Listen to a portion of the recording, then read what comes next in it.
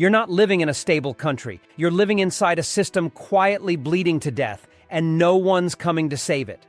The US government now spends $870 billion a year just to pay interest on its debt, more than defense, Medicare, or education. Over 50 million Americans can't afford both food and rent in the same month. 1 in 6 adults is skipping meals just to keep the lights on. Crime is rising. Cities are emptying. Trust in government has dropped to its lowest level in recorded history, 16%.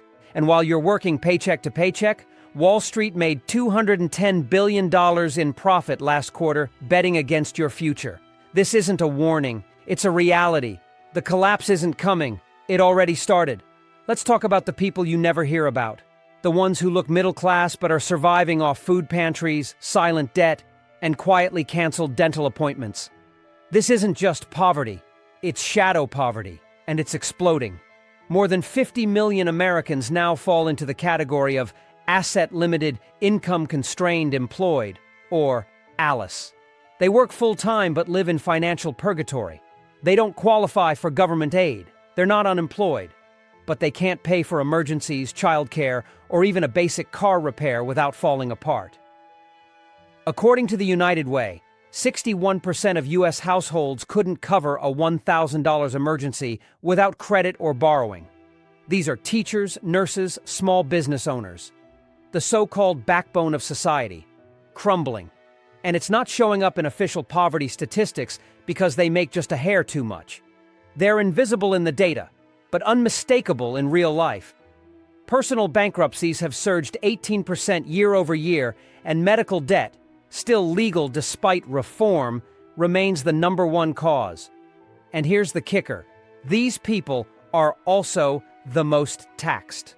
Between sales taxes, property taxes, insurance premiums, and inflation, they lose more income per capita than the top 1%. In fact, the IRS recently revealed that 60% of all audit activity now targets lower-income filers due to algorithmic profiling. The system isn't just broken, it's weaponized. Shadow poverty doesn't spark headlines. It doesn't riot or make policy waves. But it's the slow erosion that eats a country alive from within.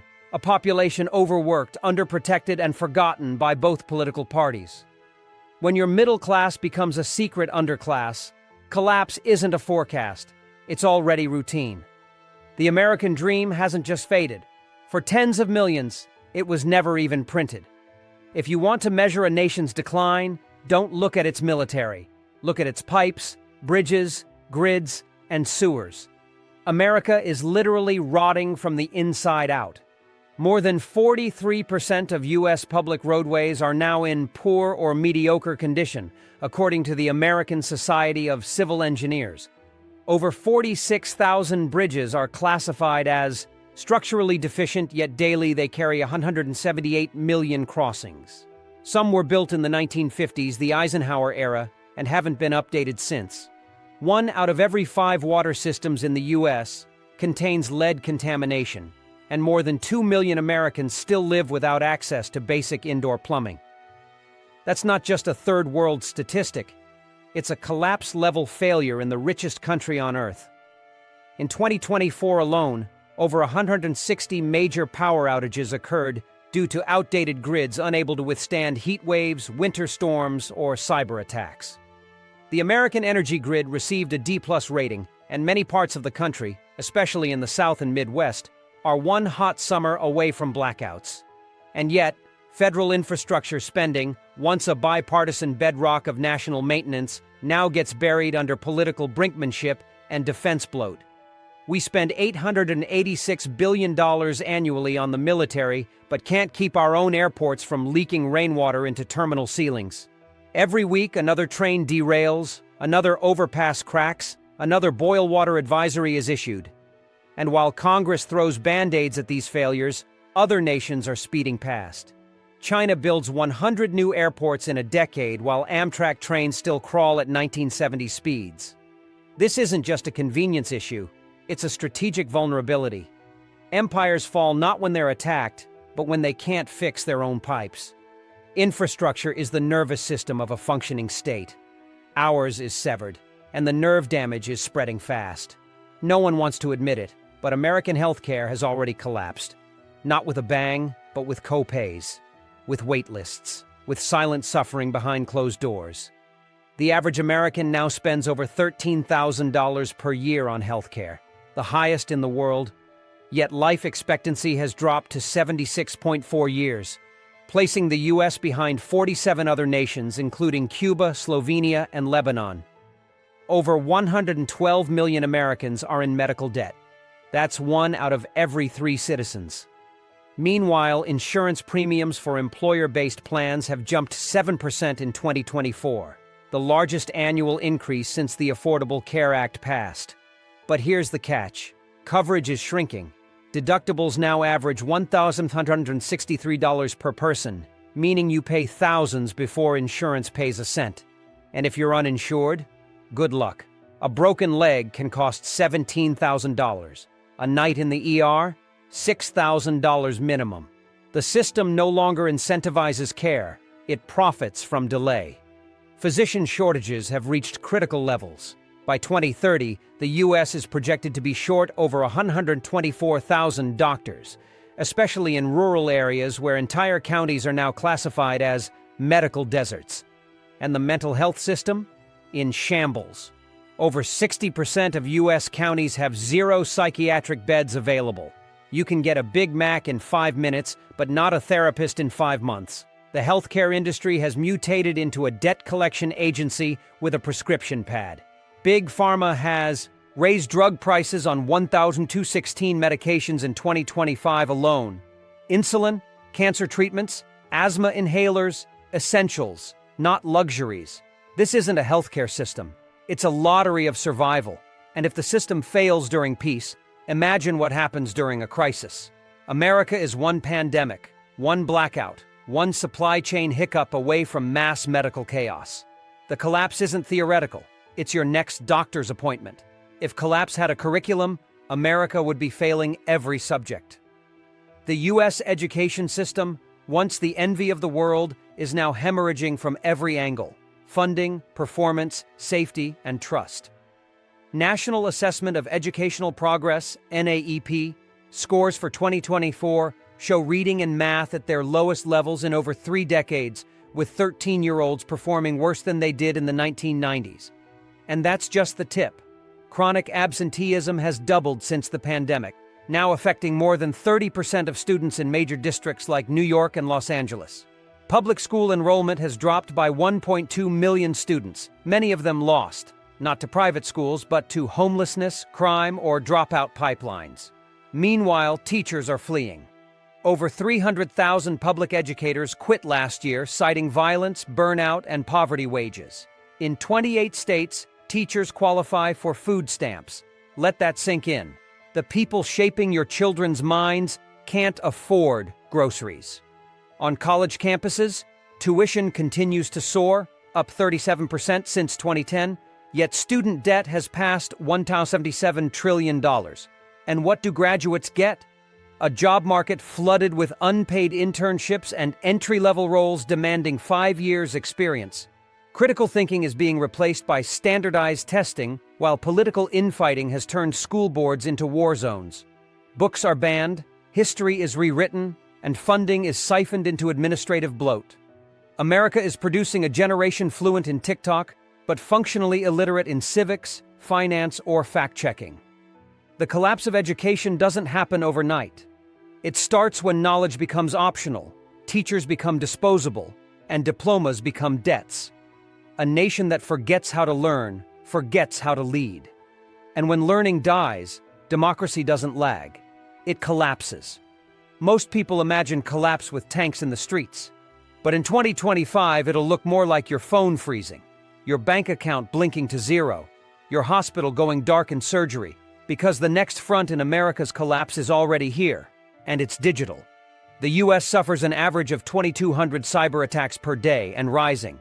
In the first half of 2025 alone, ransomware incidents have spiked 38%, paralyzing everything from school districts in Texas to water utilities in California. One attack shut down 70% of gas stations on the East Coast in a matter of hours. Another compromised millions of health records, causing surgeries to be postponed nationwide. These aren't hackers in basements. They're state-backed actors. China, Russia, Iran, testing America's digital reflexes. And we're failing. The cybersecurity budget for civilian infrastructure in 2025 is $13 billion, less than 2% of the Pentagon's total spending. Meanwhile, 80% of U.S. critical infrastructure is privately owned, often protected by outdated firewalls and underpaid IT staff. Hospitals, power grids, railways, even nuclear plants, they're connected to the internet, vulnerable to a single keystroke. The FBI reports that cybercrime losses exceeded $12.5 billion in 2024 alone, more than double from 2020. And the most disturbing part?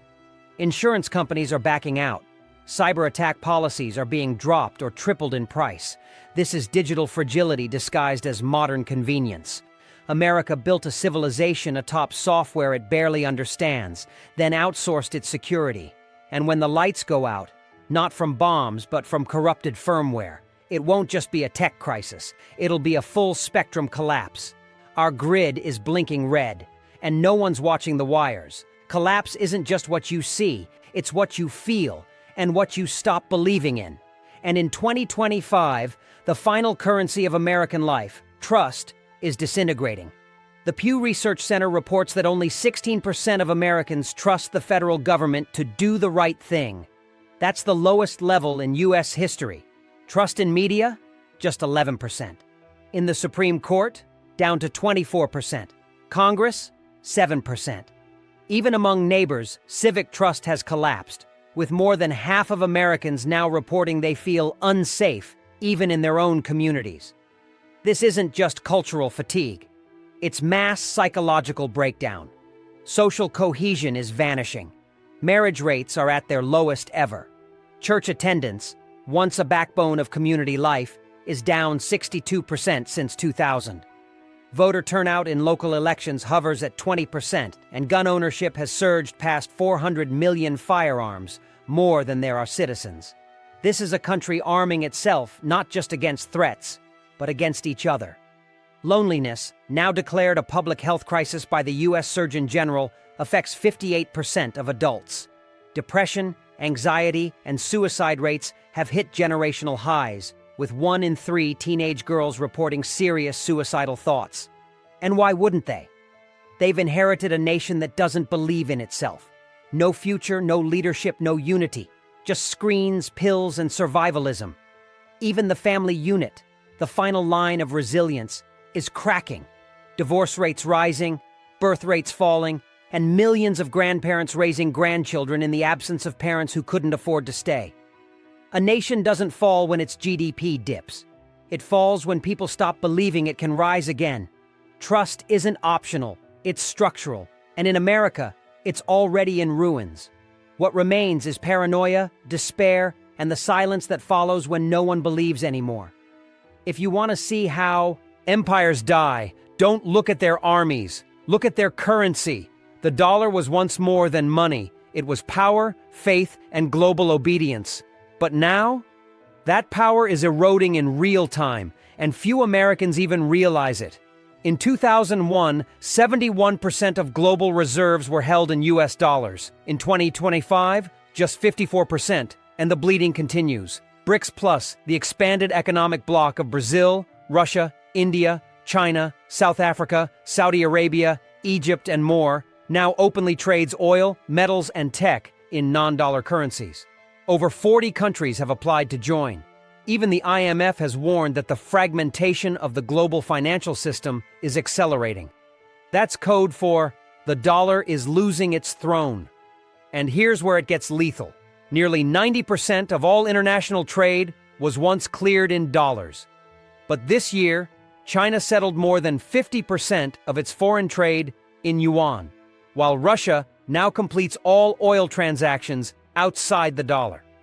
Meanwhile, U.S. treasuries, once the safest asset on earth, are being dumped.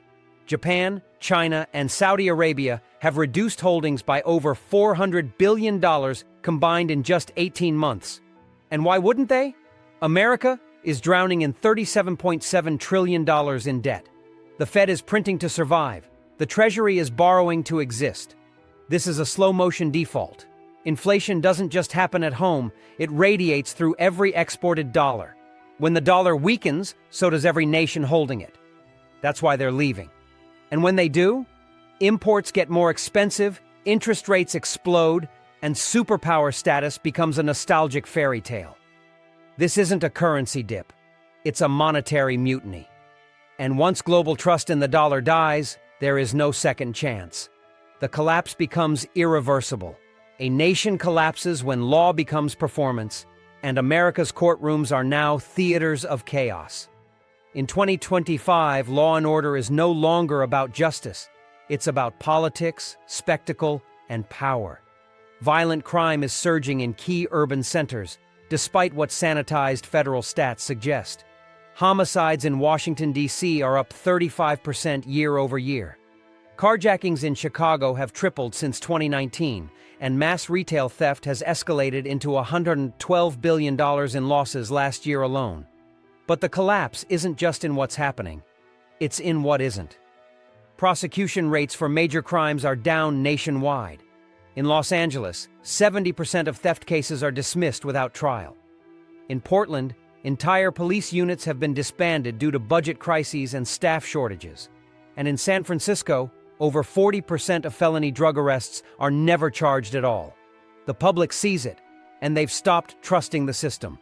Confidence in the justice system has dropped to 17%, a record low, with minorities and working-class Americans reporting the highest levels of legal disenfranchisement.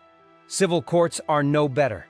Eviction cases are flooding back post-moratorium, with 7.6 million renters behind on payments. But courts are clogged. Justice is slow, or for sale. Private arbitration is exploding, where corporations win 97% of the time. Meanwhile, the prison industrial complex continues its silent harvest. 2.1 million Americans remain incarcerated, many in for-profit prisons with quotas. The United States has 4% of the world's population, but 20% of its prisoners. This isn't law, it's legalized decay.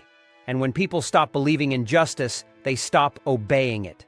From gated elites to abandoned blocks, America is separating into two countries, the prosecuted and the untouchable. And when law breaks down, what follows isn't reform, it's retribution. You can't collapse a country this divided. It's already in pieces. America in 2025 isn't one nation under God. It's 50 echo chambers stitched together by shared contempt. Red versus blue has become something far darker, a soft civil war. A Pew survey this year found that 67% of Americans believe the country is on the brink of civil conflict. Not disagreement, not dysfunction, violence.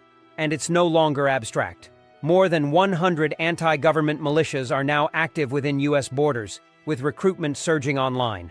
Local law enforcement in 13 states has reported infiltration by extremist sympathizers, and political violence is escalating. From pipe bombs mailed to officials, to armed standoffs at state capitals, to death threats against school boards, the signal is clear. We're not debating anymore. We're preparing. State secession movements are no longer fringe fantasies. Texas, Florida, California, and Oregon all have active proposals to split or break off, some backed by seated lawmakers. Governors are suing the federal government over vaccine mandates, environmental controls, and immigration. Federal agencies are ignoring state laws. The system has fractured. Congress in 2025 passed just 42 bills, the lowest in modern history. Most legislation now dies in deadlock or ends in executive order, bypassing democracy entirely. The judicial branch has become a partisan battleground, its legitimacy torn to shreds. When a nation no longer agrees on law, facts, or identity, collapse isn't coming. It already happened. The United States still exists on paper. But in reality, it's a cold civil war stitched together by data plans and broken highways, and history teaches this clearly. Divided empires don't heal. They harden until they shatter. The collapse has become the business model. This is it. The final truth most people can't accept. Collapse isn't just happening. It's being monetized. engineered, weaponized. The fall of America isn't an accident of economics or entropy, it's a business strategy. Corporations, billionaires, and political machines have learned that dysfunction is profitable and stability is not. In 2025, the top 1% of Americans control 32.3% of all wealth. That's more than the bottom 90% combined. Wall Street banks posted record profits this year, not by lending to businesses, but by betting against America's future through derivatives, buybacks, and short positions on real estate and consumer debt. BlackRock and Vanguard now control over $20 trillion in global assets, enough to sway entire elections, economies, even wars. And what are they investing in? Not solutions, but scarcity. Buying up farmland while food prices rise, scooping water rights as droughts escalate, cornering lithium, rare earth metals, and AI patents while the public argues over gas prices and TikTok bans. Meanwhile, politicians fundraise off collapse, selling fear in exchange for campaign dollars and cable news slots. Dysfunction is scripted, outrage is rehearsed, and every crisis becomes another marketing pitch. Private equity now owns hospitals, nursing homes, and even 911 emergency services, turning survival into a subscription plan. Collapse is no longer something to prevent. It's something to own, something to sell. And while the average American drowns in debt, despair, and decaying cities, the architects of this controlled demolition keep cashing in. This isn't late-stage capitalism. It's post-collapse capitalism, an economy of chaos, where destruction feeds dividends. The system isn't broken, it's perfected. And unless the people trapped inside it wake up, the next stage won't be recovery. It'll be permanent descent, collapse, commodified. America consumed. You're not watching a documentary. You're watching your future being dismantled in real time. The systems you trusted, money, law, leadership, safety, they're not slipping. They're being ripped apart, brick by brick, by the same institutions that once held them up. This isn't mismanagement. It's managed decline. And here's the part no one says out loud. No one is coming to fix it. Not the next election, not the next Fed meeting, not the next stimulus check. Because collapse isn't a moment, it's a process, and you're already in it. The only question left is how long you'll pretend it hasn't happened. Because the longer we wait to admit it, the harder it hits when reality finally knocks.